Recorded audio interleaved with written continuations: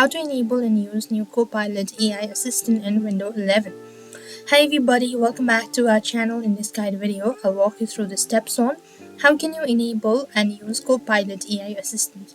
First of all, what you need to do is open the settings app and go to the personalization. So for that, you want to actually go ahead and open up your settings from here.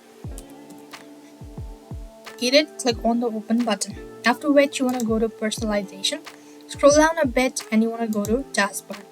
Once you go to taskbar, then you want to go ahead and make sure to locate Copilot.ai. If you've actually located, so what you need to do is you want to exit, and at the taskbar you could find Copilot, right?